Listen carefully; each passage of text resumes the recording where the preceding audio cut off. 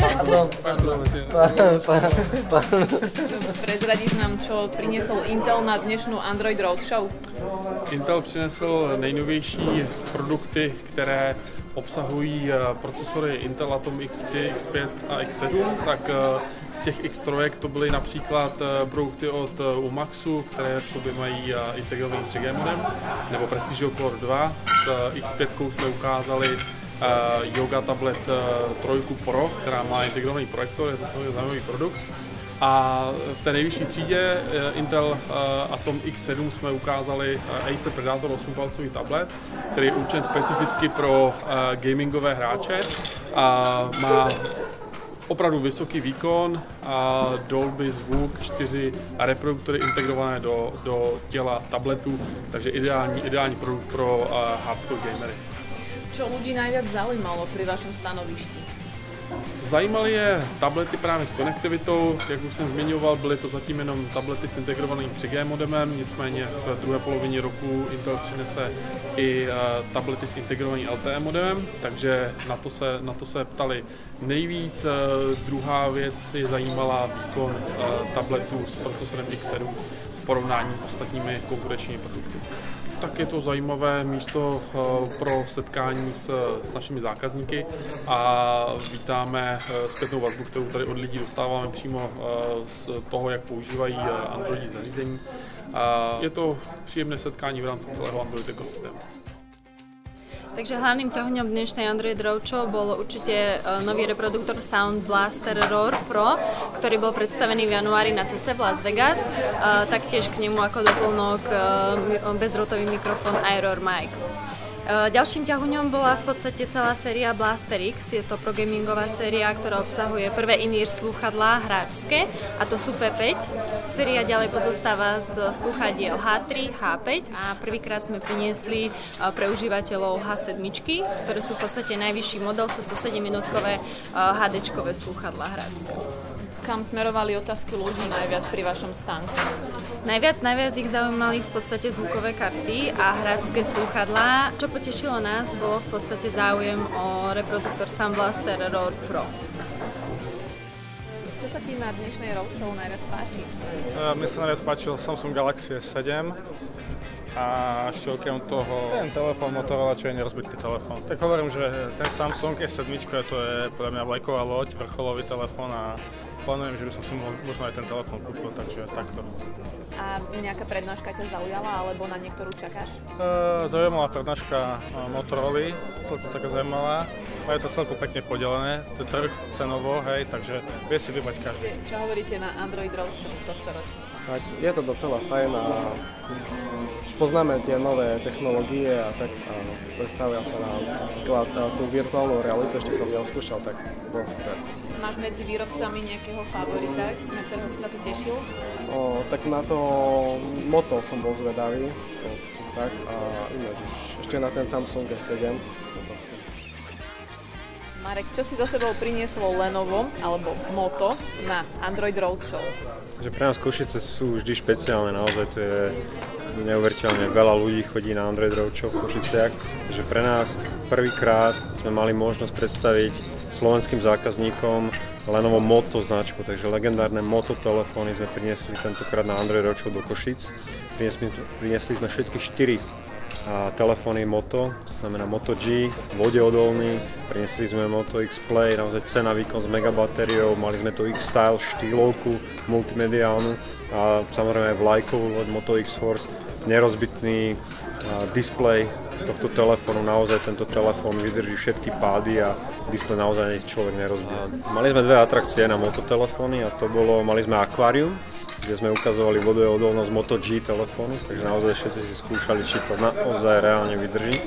No a samozrejme atrakcia bola Moto X Force a skúšanie pádu na mramorovú dosku a či naozaj to nie je len nejaký marketingový ťah, ale či si nevymýšľame a či naozaj ten displej vydrží aj pády a naozaj tvrdý povrch vydržal.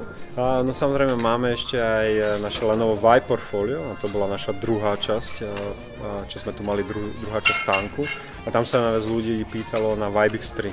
náš najlepší Lenovo smartphone, aký sme kedy vyrobili, hlavne multimediálne zameraný s fantastickým zvukom, jedným z najlepším zvukom zo všetkých smartfónov na trhu, že to bola taká druhá veľká časť, kde sa ľudia zastavovali a pýtali sa. No a čo sa týka Android Roadshow, hovorím Košice, to je naozaj fenomén vzhľadom na to, koľko ľudí príde. Tá účasť pozná všetky mestá a Košice vždy bola taká srdcovka, že tí ľudia sú zanietení a chodia vo veľkom počte.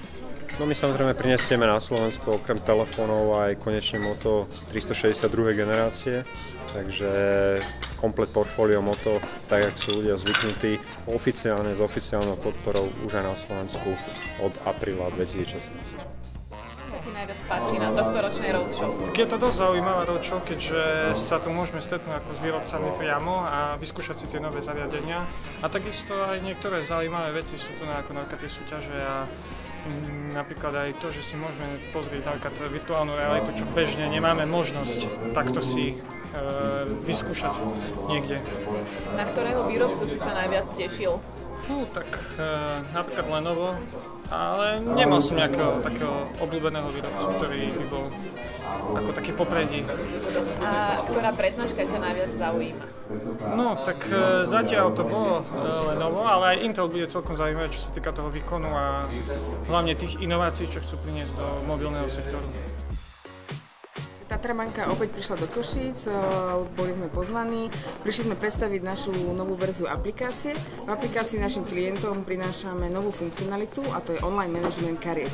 Každý klient má možnosť si prostredníctvom svojej aplikácie buď zablokovať kartu alebo zmeniť si na nej limit povolený. Takisto vlastne máme asistentku v aplikácii, ktorá vlastne ukáže, v ktorej si krajine a vlastne vieš, aké sú tam bankomaty, aké sú tam podmienky v danej krajine. Na čo boli ľudia najviac zvedaví pri vašom stánku? Ľudí zaujímal spending report, veľmi pýtali sa vlastne, ako si to je možné customizovať, rôzne tie kategórie, vlastne ako to funguje, ako sa tie jednotlivé platby dávajú do jednotlivých kategórií. Android Roadshow sú super akcie, Tatrabanka veľmi rada sa zúčastňuje týchto akcií.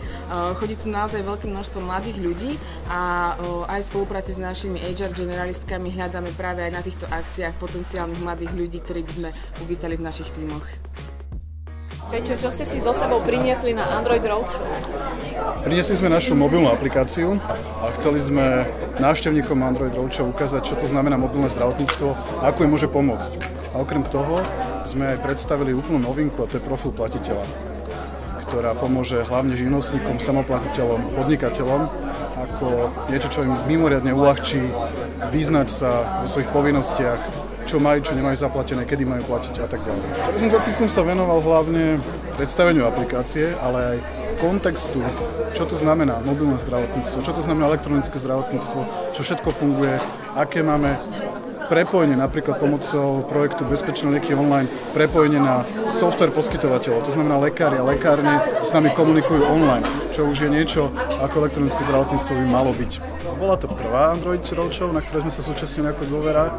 Bolo zaujímavé vidieť pre nás, akým spôsobom sa hardware vyvíja, ako ide dopredu, akí sú entuziastickí ľudia, ktorí s ním pracujú a že ako ho môžeme vôbec využívať do budúcnosti, že to bolo užitočné aj pre nás naozaj to vidieť takto v praxi.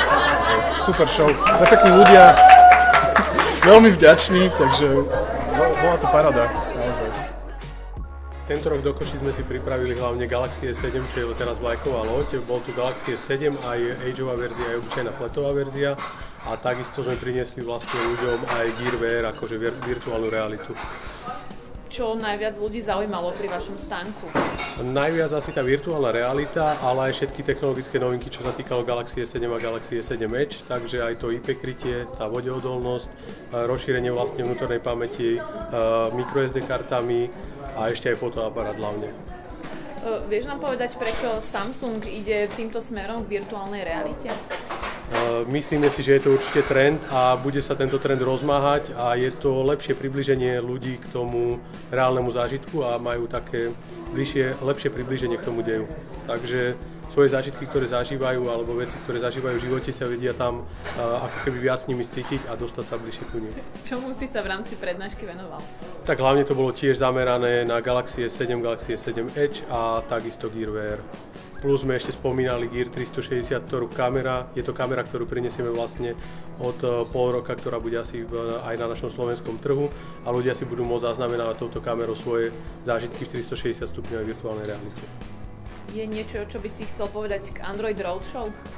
K Android Roadshow špecificky k tejto Košickej, že asi pre mňa najlepšie, je tu najlepšia atmosféra, najviac ľudí, takisto ako na každej, ale tým, že touto som aj začínal, kedysi, tak pre mňa je taká asi srdcu najbližšie.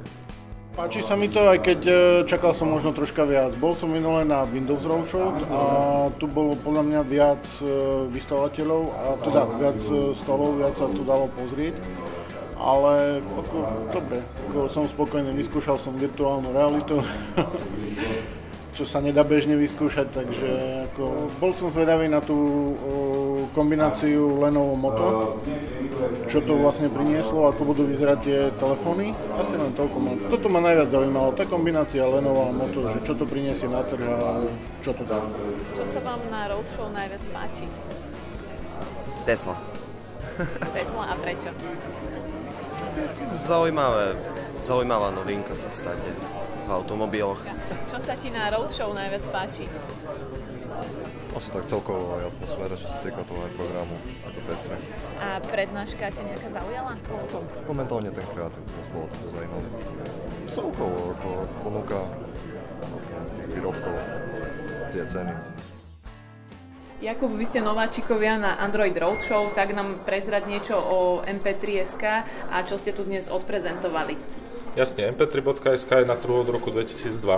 Primárne sme sa orientovali na internetový trh, ale naši zákazníci nám povedali, že by chceli nás viac v mestách, tak sme začali pred 2,5 rokom otvárať nové pobočky. Momentálne ich máme 15 na Slovensku. Aj v konkrétne Košiciach máme predajňu OOC Optima a chceli sme, aby tí zákazníci o nás vedeli, že v tých Košiciach sme. Preto sme sa pridali na Android Show a tešíme sa na ďalšie akcie, ktoré budú na Slovensku, aby sme v tých mestách im dali vedieť, že nás môžu nájsť, kvalitné príslušenstvo a podobne. Ľuďom sme doniesli ukázať základné to príslušenstvo, náš bazar telefónov, selfie tyče, powerbanky, rýchlo nabíjačky a mohli si pozrieť naše portfólio v skratke, čo ponúkame. Samozrejme, to portfólio na našich predajniach je širšie, máme tam viac produktov. Boli sme veľmi prekvapení tou návštevnosťou, nečakali sme to, že toľko ľudí príde. Boli sme už na nejakých akciách, ale nie takéhoto typu, ale táto preskočila všetky ostatné, čo sa týka návštevnosti. A tešíme sa, že zase prídeme do ďalšieho mesta, najbližšie Bratislava, ak sa nemýlim. Potom je Banská Bystrica v našom sídle, takže tam asi urobíme nejakú party. A ešte kde to bude ešte v Trnave, tam zatiaľ predajňu nie je, ale dúfam, že keď do jesene by sme mohli tú Trnavu stihnúť, tú predajňu ešte.